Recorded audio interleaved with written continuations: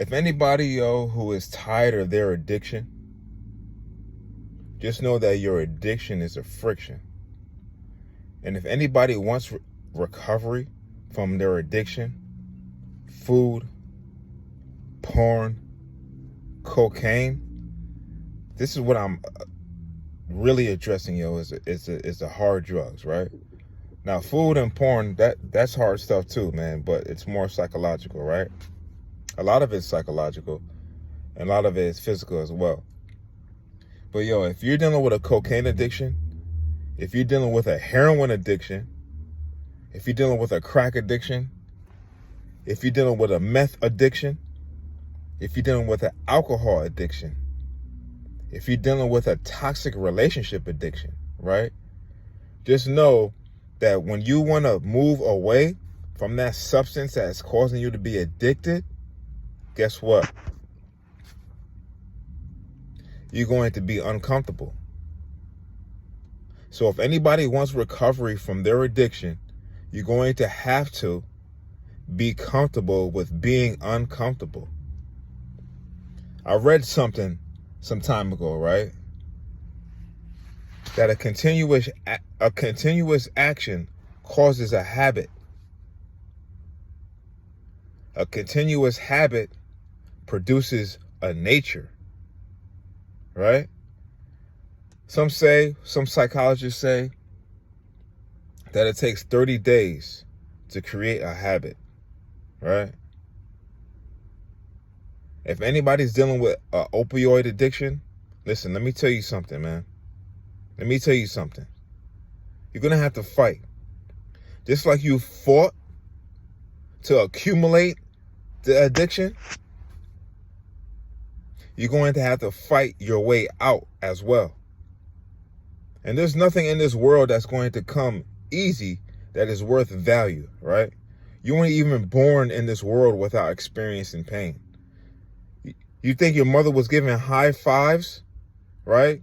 And toasting and giving toasts? Nah, man. There was discomfort involved in your birth, right? So you're born associated with pain, and then you had to go with the uncomfortability of adapting to this new environment after being not comfortable 9 months in the womb.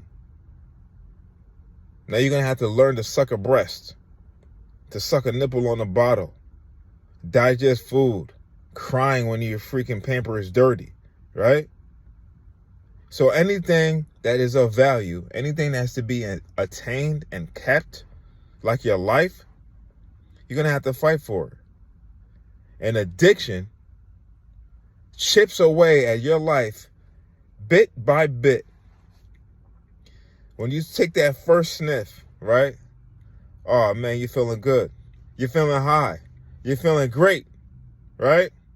It doesn't seem like no problem is going to be associated with that activity. And then eventually, guess what? Your money starts dwindling. You start to call off from work. You start to look different. People start looking at you like, yo, what's up, man? You okay? Are you sick? And then guess what? Your personality starts to shift. Then you start lying. Then you start deceiving people. And yourself too. You start to deceive yourself with your freaking addiction. Saying, oh, it's okay. One last weekend, man, I'm going to stop. And then that weekend occurs, and then you participate, right? You indulge. And then you make an effort to stop. The next week, guess what's going to creep in? Tuesday or Wednesday, oh, I just take a bump. I just take a puff. I just bang one bag. And then guess what? You're in the circle, man. You're caught up in the vortex of neglect. You're neglecting yourself. You're neglecting your wealth. You're neglecting your family. Right? And this is coming from somebody that has been through all of that, man. Since 15 years old, going all the way into my early 40s, right? Been in recovery for years now, right? So I know the whole freaking process, man, over and over and over again. a chronic relapser. In the past 6 years clean, family man. Guess what? I wanted to get married, was engaged. It came to be, man, that we were going 2 different paths and we broke up. I had all this time on my hands. I had all this money, right? I start selling drugs. And then a friend of mine who was in recovery and said, yo, man, a monkey can't sell bananas. Started getting high again. Telling myself every time I see the connect, I want to test it. I did it before. I know what's good. Deceiving myself, right? Deceiving myself. So, my story is for another video. I'm just letting you know, man. It's part of the process. Pain is part of recovery. You're going to have to be comfortable with feeling uncomfortable while you're recovering from the dysfunctional activity of getting high, man. Whatever it is. Those crumb cakes, 2 o'clock in the morning. That hit a crack, 2 o'clock in the morning.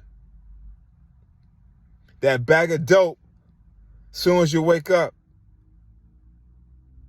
Right? That meth hit before you go to work. You want to take a blast so you can be energetic. That's what you tell yourself. So if you want to separate yourself from the pain, loss, and suffering, you're going to have to get used to being comfortable with being uncomfortable. Right? I have some solutions for you in the next video. You got this, man. You got this, woman. You got it. But it's going to take a little effort.